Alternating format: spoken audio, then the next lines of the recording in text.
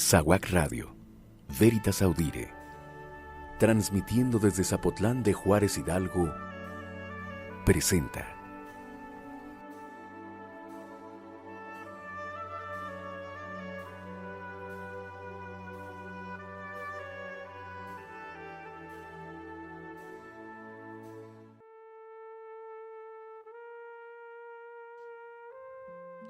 Bienvenidos a su programa SAEDU, por una comunidad más pensante, donde hablaremos sobre la educación, para que ustedes conozcan más y la puedan aplicar mejor.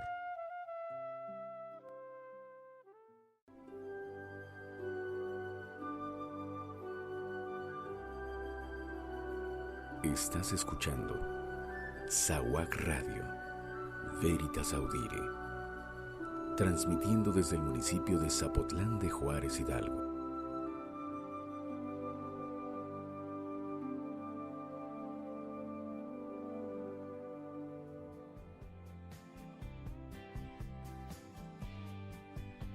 Muy buenos días a todos los radioescucha de SAWAC Radio. Hoy, 13 de septiembre de 2016, presentaremos en su programa SAEDU, la rebelión del cura Hidalgo. Estamos en el mes patrio, a 206 años de la independencia de nuestro país. Creo que todos conocemos el nombre de Miguel Hidalgo y Costilla, quien dio inicio a nuestra independencia. Es por eso que vamos a escuchar un audio de cómo se inició y qué pasó después con Miguel Hidalgo. Es por eso que hoy vamos a escuchar una extraordinaria serie documental dedicada en un principio a la etapa y a comentar y analizar hechos trascendentales en torno al bicentenario de la independencia de México. Y es el reconocido historiador, editor y ensayista mexicano Enrique Krause quien nos cuenta, a manera de una conversación amena y bien informada, provista de una aguda y enriquecedora visión crítica, los momentos cruciales de este apasionante periodo de nuestra historia, que marcó de manera definitiva la gestión y el rumbo de nuestra nación. Escuchémosla.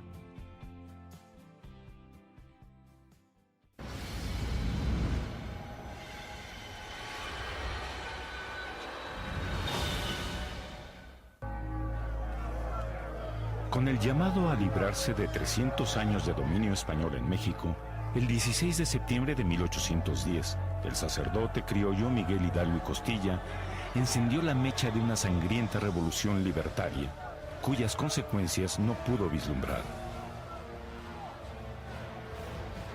El primer caudillo de la insurgencia hizo en la historia una aparición efímera, trágica y preñada de tensiones por la ambigüedad entre la independencia y la fidelidad al rey Fernando VII. Con su grito fundacional de ¡Viva la Virgen de Guadalupe, mueran los gachupines!, se convirtió en el héroe tutelar del Panteón Nacional Mexicano, en el padre de la patria mexicana.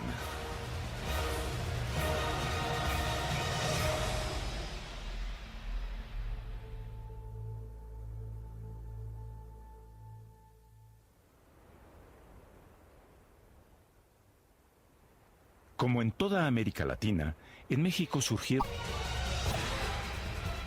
En la práctica, aquel 16 de septiembre Hidalgo lanzó a su grey contra los gachupines, los españoles peninsulares que en sus propias palabras durante 3 siglos habían abusado del caudal de los mexicanos con la mayor de las injusticias.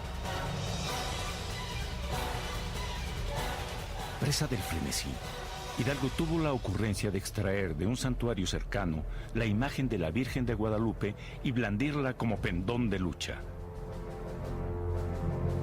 Este elemento de magnetismo religioso atrajo a sus huestes. En menos de un mes, 50,000 hombres de las clases y castas más humildes, indígenas en su mayoría, constituían un ejército que, al igual que su líder, desconocía en realidad la naturaleza de la cruzada que había comenzado. El cura Hidalgo se inscribía en una antigua tradición de patriotismo criollo común a toda la América española, que en la Nueva España databa del siglo XVI y que había tomado un fuerte impulso en la obra de los jesuitas criollos ilustrados de mediados del siglo XVII, a quienes los Borbones, celosos de su influencia, habían expulsado de sus dominios en 1767. Según esta visión patriótica, existía el derecho a reclamar legítimamente la propiedad política, económica, burocrática y religiosa sobre un territorio monopolizado por una minoría de 15.000 españoles peninsulares en un país de 6 millones de habitantes.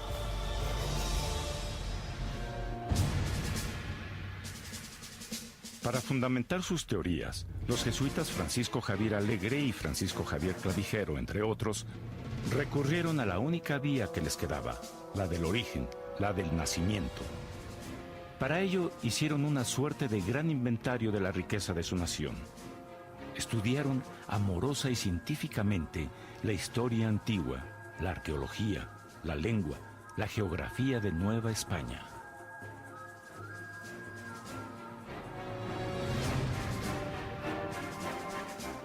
Las palabras mismas de Hidalgo reflejan el optimismo compartido sobre los recursos y el futuro de América. Haremos uso libre de las riquísimas producciones de nuestro país y a la vuelta de pocos años disfrutarán sus habitantes de todas las delicias de este vasto continente. En el caso particular de Hidalgo, había también razones menos ideales en su reivindicación criolla. La brutal recaudación fiscal por parte de la corona a las colonias, destinada a financiar la guerra contra Inglaterra, no solo lo había puesto al borde de la ruina en 1807 con el embargo y la amenaza de remate sobre sus haciendas y las de sus familiares, sino que había afectado hasta el enloquecimiento y la muerte en 1809 a Manuel, su hermano menor.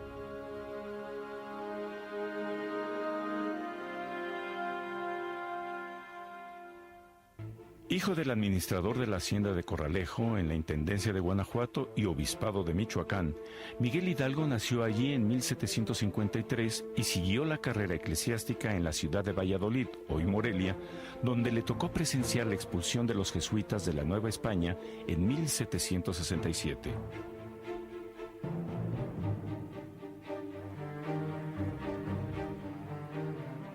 Sus compañeros de colegio le llamaban el Zorro, sobrenombre que correspondía a su carácter taimado.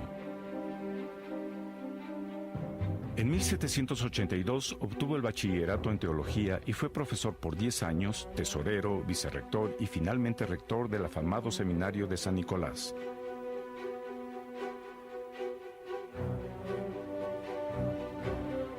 Para el año de 1784, las publicaciones teológicas de Hidalgo le valieron el reconocimiento de grandes teólogos de su tiempo, como el doctor Joseph Pérez Calama, deán de la Catedral de Valladolid y después obispo de Quito. Con el mayor júbilo de mi corazón preveo que llegará a ser luz puesta en candelero o ciudad colocada sobre un monte. Veo que es un joven que cual gigante sobrepuja a muchos ancianos que se llaman doctores y grandes teólogos. No obstante, en sus parroquias la opinión sobre él, aunque siempre admirativa, era un tanto diferente. A principios de siglo, el Santo Tribunal de la Inquisición comenzó a recibir diversas denuncias contra Hidalgo. Las acusaciones eran de dos géneros, moral y teológico. 9 de contraporrazo. Y 10, as, 2, 3... Nadie dudaba del genio de Hidalgo, definiéndolo en ocasiones como travieso o jocoso. Pero el cura incurría en conductas extravagantes. Era jugador de profesión, libre en el trato con mujeres, dado a la continua diversión. ¿Quiere usted venir conmigo, señor cura, o prefiere que se los traiga aquí? Sería mucha exigencia de mi parte. Limosnero y con garrote. Lléveme usted, pues, ¿dónde está ese dinero? Con el permiso de ustedes. Vamos, pues, señor cura. El problema, sin embargo, no era tanto lo que Hidalgo hacía como lo que pensaba. A juzgar por las denuncias, el cura era casi un hereje. Entre los muchos cargos que se le hacían, Hidalgo habría negado el infierno y predicaba un libertinaje intelectual, pues afirmaba que la Biblia se debía estudiar con libertad de entendimiento sin temor a la Inquisición. Ya en el extremo, algunos aseguraban que Hidalgo sostenía festivamente dentro del confesionario que la fornicación no es pecado. El ciclo de denuncias se cerró al poco tiempo y aunque volvió a abrirse en 1807, en ningún caso prosperó. Más allá de la probable exageración o distorsión en algunos de los cargos, sobre todo en el ámbito de la teología, Hidalgo contaba con apoyos decisivos. Era singularmente apreciado por las autoridades civiles y eclesiásticas de su intendencia y diócesis, que por lo demás veían con buenos ojos los aires de libertad con que comenzaba el siglo.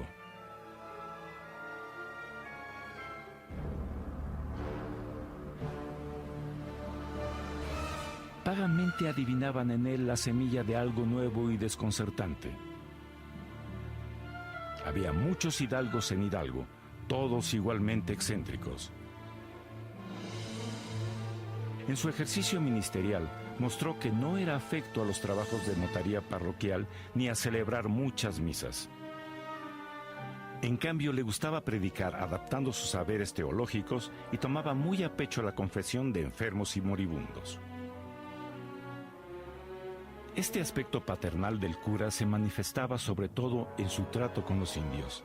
Sabía su idioma y les enseñaba artes y oficios. Si en su juventud había predominado la vertiente contemplativa, con el tiempo la parte activa se fue acentuando hasta convertirlo en un empresario innovador e industrioso. Además de administrar las pequeñas haciendas familiares, Hidalgo criaba abejas y gusanos de seda, curtía pieles, fabricaba loza y cultivaba viñedos. El reverso de este despliegue de actividad fue su carácter dispendioso y desordenado.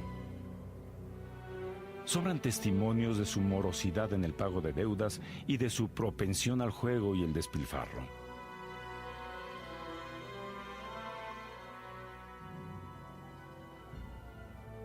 El colegio de San Nicolás llegó a reclamarle un dinero y las enfadosas averiguaciones se prolongaron por años.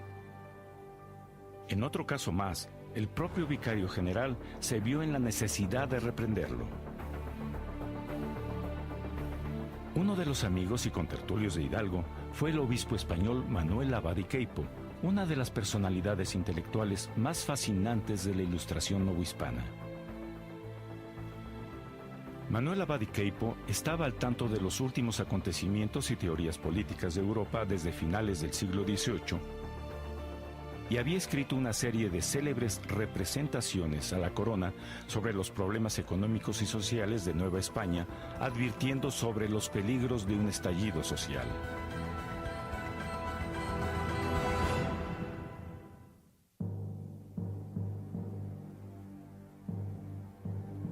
En las aulas donde Hidalgo había estudiado no se desconocía que la soberanía residía esencialmente en los pueblos y no en los reyes, que éstos la recibían de aquellos con el pacto y condición indispensable de no ejercerla sino para su beneficio y utilidad, y que de lo contrario podrían deponerlos y aún hacerles la guerra por ser superiores al rey.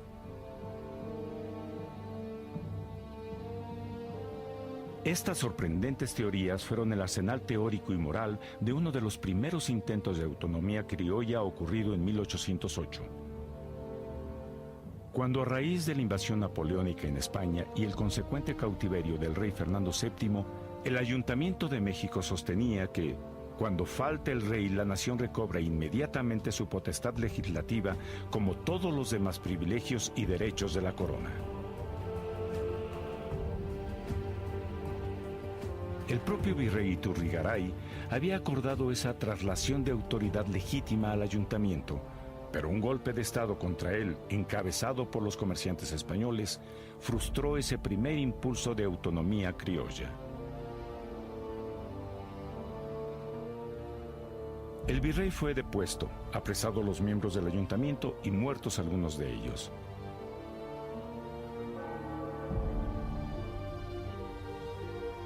Dos años después de estos sucesos, Hidalgo leía el Diccionario de Ciencias y Artes, que contiene un artículo sobre artillería y fabricación de cañones.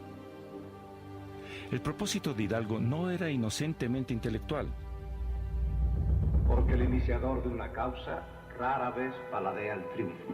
Él mismo conspiraba con varios oficiales criollos contra el gobierno español. En septiembre de 1810, Hidalgo intentó de nuevo la asunción de la soberanía basado en la ausencia del rey, pero esta vez no por sus representantes criollos en el ayuntamiento, sino por el pueblo mismo, por las masas. Aunque no estaban claros los detalles del grito que, según la confesión de Hidalgo, dio en la madrugada del 16 de septiembre de 1810, se sabe que abrió las cárceles de Dolores para liberar a los presos y encerrar a los españoles.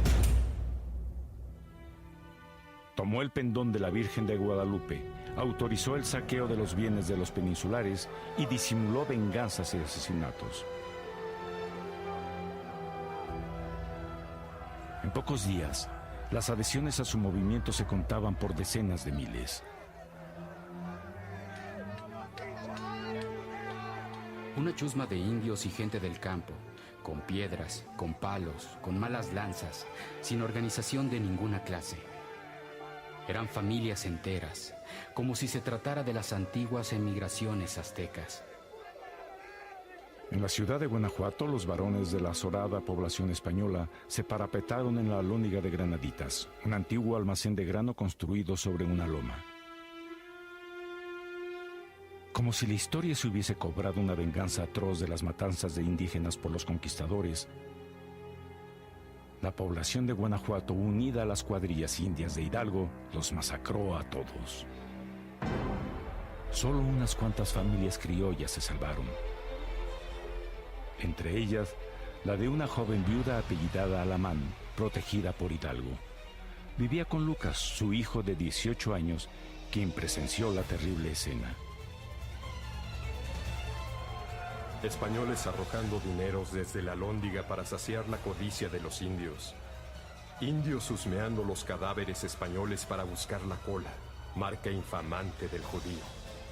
Mujeres despavoridas que huían a las casas vecinas trepando por las azoteas. De los saqueos que se hacían, se llevaban las puertas, mesas, sillas y hasta las vigas sobre sus hombros. Hidalgo era ya capitán general de América. Su móvil personal es el mismo que acariciaba a la mayoría de los criollos: la independencia con respecto a España. El 21 de septiembre de 1810, al intimar rendición al intendente de Guanajuato, José Antonio Riaño, Hidalgo escribió: Me encuentro actualmente rodeado de más de 4,000 hombres que me han proclamado su capitán general. Yo, a la cabeza de este número y siguiendo su voluntad, deseamos ser independientes de España y gobernarnos nosotros mismos. La dependencia de la península por 300 años ha sido la situación más humillante y vergonzosa en que han abusado del caudal de los mexicanos con la mayor injusticia. Interpelado por un cura amigo suyo sobre la naturaleza de su lucha, Hidalgo contestó que más fácil le sería decir lo que hubiera querido que fuese la revolución, pero que él mismo no comprendía realmente lo que era. Lo que seguramente hubiera querido era la incorporación de los criollos a su ejército, pero estos no lo secundaron, porque desde el principio interpretaron los hechos como una guerra social y de castas que buscaba la eliminación de toda la población acomodada y blanca del país, tanto criolla como peninsular, aproximadamente 1 millón de un total de 6. Hidalgo confesaba no conocer otro método de encender la lucha que él había puesto en práctica que apelar desde el prestigio de su investidura sacerdotal a las pasiones elementales de sus indios feligreses, entre ellas el pillaje y la venganza.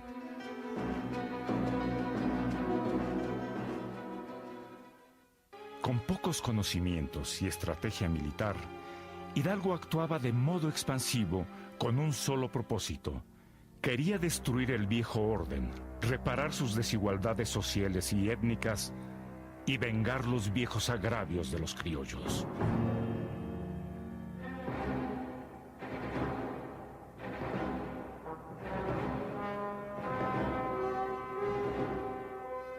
Significativamente, al tomar tiempo después la ciudad de Valladolid, respondería a la excomunión dictada contra él por Abad y Queipo con un manifiesto que aludía a su agravio personal. Abrid los ojos, americanos. No os dejéis seducir de nuestros enemigos. Ellos no son católicos, sino por política. Su Dios es el dinero. Con esta idea de crear un nuevo orden social, Hidalgo emitiría un significativo decreto en el que abolió la esclavitud, una de las declaraciones formales más antiguas, si no la más, en el continente americano.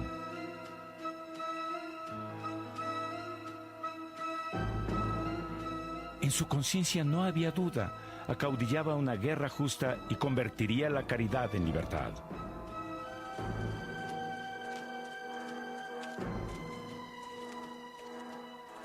Estoy resuelto a no entrar en composición alguna, si no es que se ponga por base la libertad de la nación y el goce de aquellos derechos que el Dios de la naturaleza concedió a todos los hombres. Derechos verdaderamente inalienables y que deben sostenerse con ríos de sangre, si fuese preciso.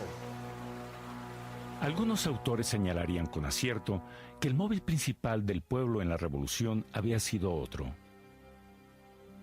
Para el intelectual y político José María Luis Mora, fue lo que él llamó superstición.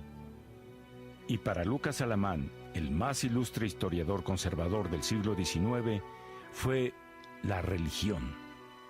Basta escuchar las palabras de Ignacio Allende, el capitán criollo que secundaba a Hidalgo. Los europeos se han afrancesado y se han corrompido. Por la prédica del cura Hidalgo, las masas creían lo mismo. Defendían la religión que peligraba en manos de los herejes franceses y de sus encarnaciones concretas, los gachupines. Aquella era una guerra contra el demonio, a favor de Dios y con la ayuda de la Virgen de Guadalupe, cuya imagen estaba estampada en los sombreros de los inermes soldados que peleaban al lado de Hidalgo. Entre la tropa podía escucharse la frase: el cura es un santo. La Virgen le habla varias veces al día. Que aquella insurrección tenía un carácter de guerra santa lo probaba también el bando realista encomendado a la Virgen rival de la guadalupana, la de los remedios, la Virgen asociada a la conquista y por esencia la Virgen española. El avance de aquella caravana guerrera encabezada por Hidalgo se detuvo a fines de octubre en el Monte de las Cruces, cercano a la Ciudad de México. De pronto, el fuego de la artillería realista sembró por primera vez pavor entre los indios, quienes, en su desesperación, querían tapar la boca humeante de los cañones con sus sombreros de paja. Desatendiendo, como había ocurrido ya en varias ocasiones, la opinión de Allende, Hidalgo rehusó asaltar la capital.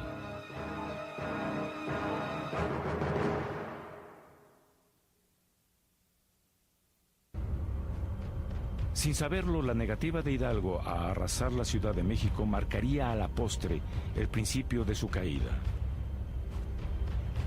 Ordenó la retirada rumbo al occidente del país y por un tiempo centró su cuartel en Guadalajara, sede de la Audiencia de la Nueva Galicia.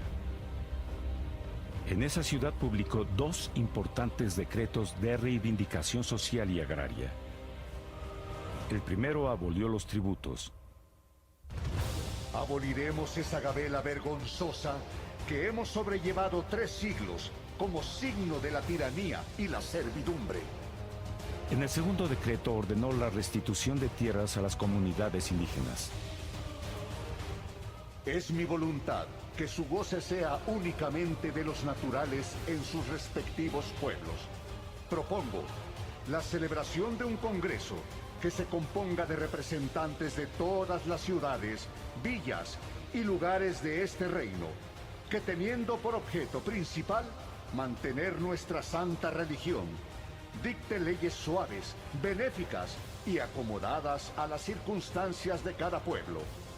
Ellos entonces gobernarán con la dulzura de los padres, nos tratarán como sus hermanos, desterrarán la pobreza. Para entonces Hidalgo se hacía tratar como soberano.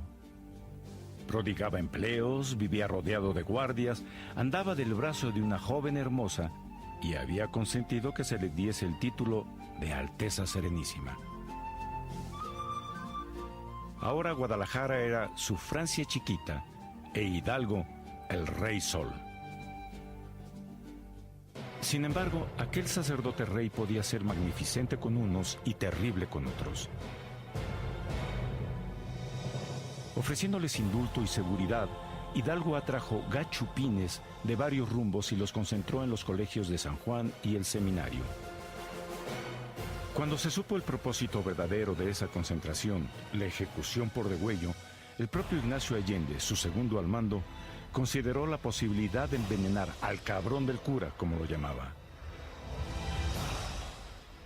No lo hizo ni pudo evitar el mes de matanzas que comenzó el 12 de diciembre, Día de la Virgen de Guadalupe, y culminó el 13 de enero de 1811. En el proceso militar que meses después se levantó en su contra, el propio Hidalgo confesó: los ejecutados en Guadalajara ascenderían como a 350, entre ellos un lego carmelita y un dieguino. Es cierto que a ninguno de los que se mataron se les formó proceso, ni habría sobre qué, porque bien se conocía que estaban inocentes. Tan inocentes pensaría seguramente Hidalgo como su hermano Manuel. A diferencia de sus lugartenientes, Ignacio Allende y Mariano Abasolo, quienes se oponían a la reunión de masas numerosísimas que no podían ser armadas, pagadas o disciplinadas, Hidalgo todo lo esperaba de ellas y aseguraba que si no se había vencido era porque no habían reunido las necesarias. Pero Hidalgo se equivocaba. Como solía ocurrir en la época colonial, las rebeliones indígenas eran un incendio que se apagaba pronto.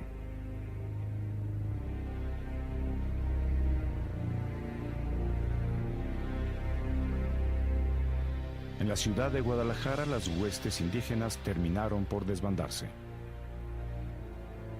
Este factor, aunado al despilfarro y desorden de la economía insurgente y a la firme reacción de las tropas realistas que derrotaron a las desordenadas huestes en Puente de Calderón, terminaron empujando a Hidalgo hacia el norte.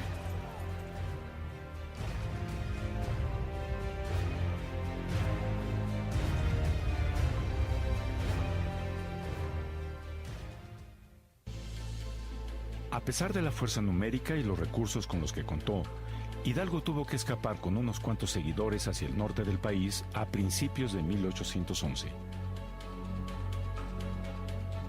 En medio del desierto, su antiguo lugarteniente Ignacio Elizondo lo traicionó y cayó en manos de las autoridades españolas.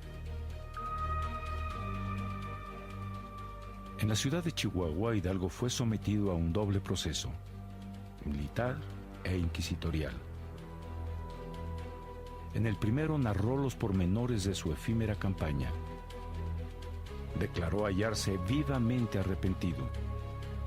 Aceptó la responsabilidad de las matanzas de españoles en Valladolid y Guadalajara. Afirmó que lo había hecho para complacer a los indios, únicos que deseaban esas escenas. Calificó su impremeditada empresa como una ligereza inconcebible y un frenesí. Pero en ella había creído de buena fe, sin detenerse a calcular el estado de vigor y la fuerza en que quedaría el reino. La experiencia lo había desengañado. Hidalgo había querido la independencia como una vaga utopía, algo que advendría como fruto de un milagro tan incomprensible y súbito como la revolución que con su prédica había desatado. Por eso nunca se atrevió a declararla abiertamente. En su ánimo de viejo criollo pesaba de igual forma el resentimiento contra los gachupines y la tradicional lealtad hacia el soberano. Aunque Hidalgo combatiera al tiránico gobierno español que históricamente había tenido esclavizada a la América por 300 años, él mismo no era un republicano ni un liberal en potencia y no tenía proyectos políticos de alternativa claros a los cuales asirse. Hidalgo era un criollo educado en la monarquía, aunque recelara del tiránico y despótico gobierno español, atrapado en la tensión del pasado y el futuro. Hidalgo quería las dos cosas, monarquía y libertad.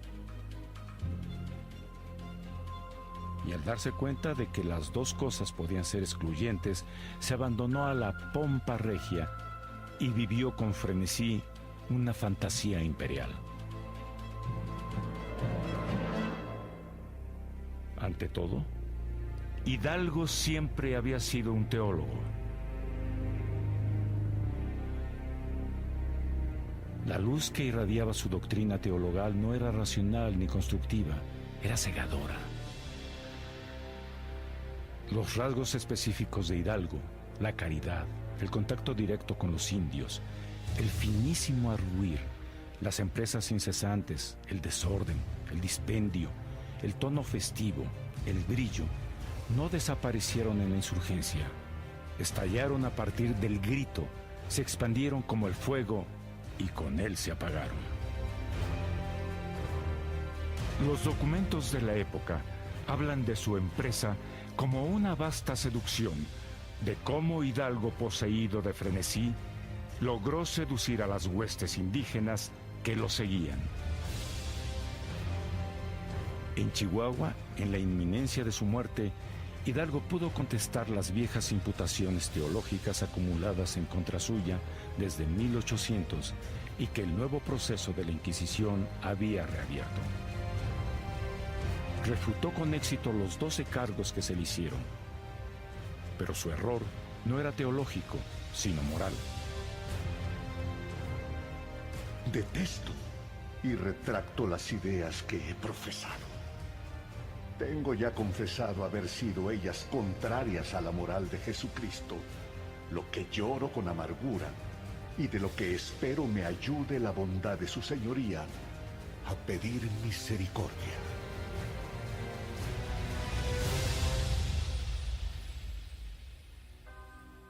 El 30 de julio de 1811, Miguel Hidalgo murió ejecutado tras 4 descargas. En contra de su última voluntad, su cabeza fue cortada y exhibida para escarmiento del pueblo, junto con las de 3 de sus más cercanos compañeros de armas: Ignacio Allende, Juan Aldama y Mariano Jiménez. Las cabezas fueron colocadas en jaulas en los 4 costados de la Alhóndiga de Granaditas de Guanajuato. Allí permanecieron por 10 años, hasta la consumación de la independencia. Tras la muerte de Hidalgo, muchos especularía sobre la verdadera naturaleza de su revolución. El propio jefe del ejército realista, el general Félix María Calleja, había escrito al virrey en enero de 1811: Este vasto reino, sus naturales y aun los mismos europeos, están convencidos de las ventajas que les resultaría de un gobierno independiente. Y si la insurrección absurda de Hidalgo se hubiera apoyado sobre esta base, me parece, según observo, que hubiera sufrido muy poca oposición. Lo mismo pensaría en su momento el historiador Lucas Alamán. Hidalgo, Allende y sus compañeros se lanzaron indiscriminadamente en una revolución que eran enteramente incapaces de dirigir. No hicieron otra cosa que llenar de males incalculables a su patria.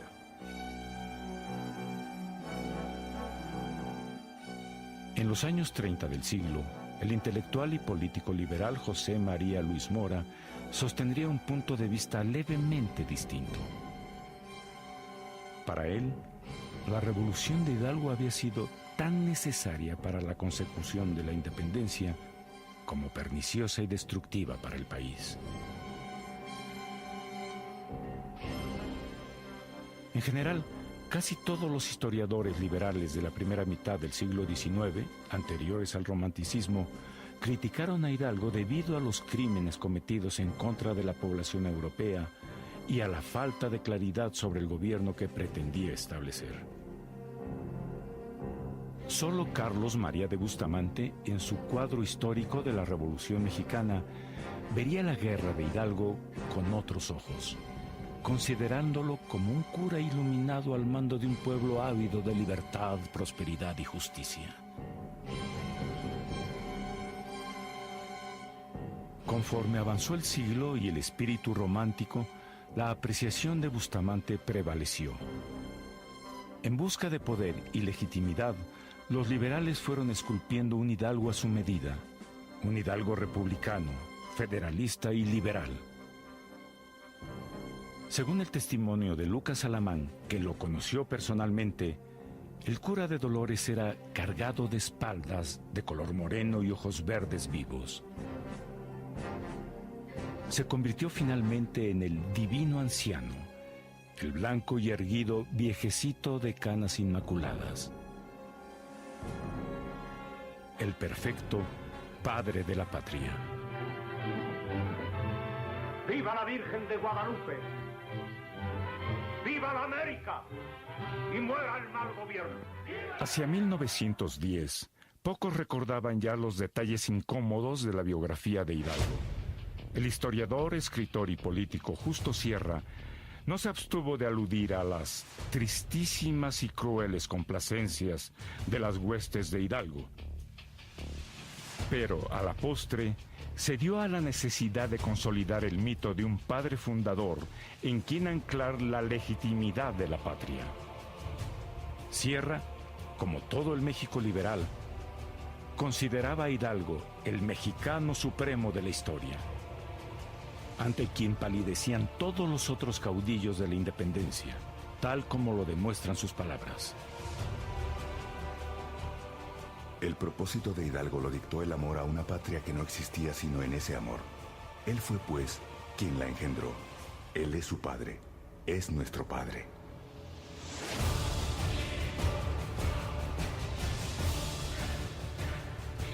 En tiempos de Porfirio Díaz, presidente de México, durante más de 3 décadas hasta 1911, la beatificación de Hidalgo había llegado al extremo de convencer al más polémico y rebelde de los historiadores positivistas, el ingeniero Francisco Bulnes, autor del libro Las grandes mentiras de nuestra historia, ya que, según sus propias palabras,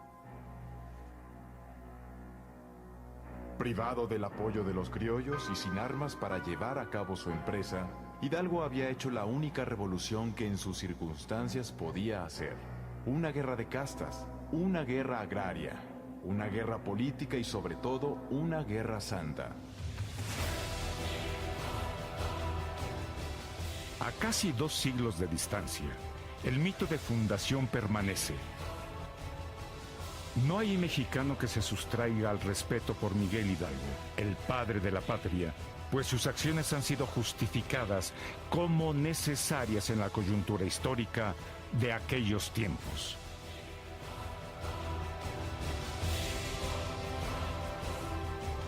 México nació en verdad de la costilla de aquel Hidalgo con nombre de arcángel, que en un acto emblemático, un grito emitido en un lugar emblemático, Dolores, arrasó 3 siglos de orden virreinal con la tea de su frenesí libertario.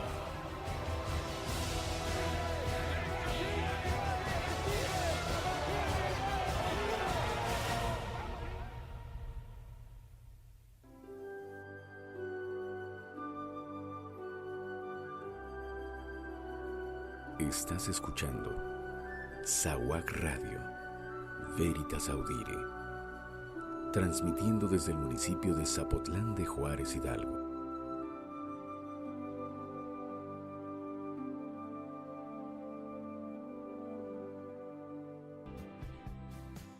Regresamos a su programa Saedu por una comunidad más pensante.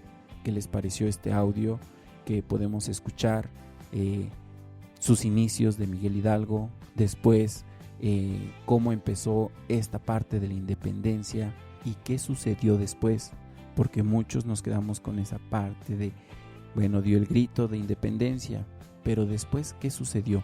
Y esta audio nos muestran, escuchamos qué sucedió después, cómo terminó Miguel Hidalgo, y este es algo muy padre que este audio nos dice, nos menciona y podemos escuchar todo lo sucedido después de la independencia, antes de la independencia y durante la independencia. Espero que les haya agradado. Por mi parte, del día de hoy es todo. Espero que en estas fiestas patrias se las pasen muy bonito, disfruten de esta independencia de ustedes. Se despide de ustedes en los controles Ismael Pérez Sánchez y en el micrófono Antonio Pérez Sánchez. Hasta luego.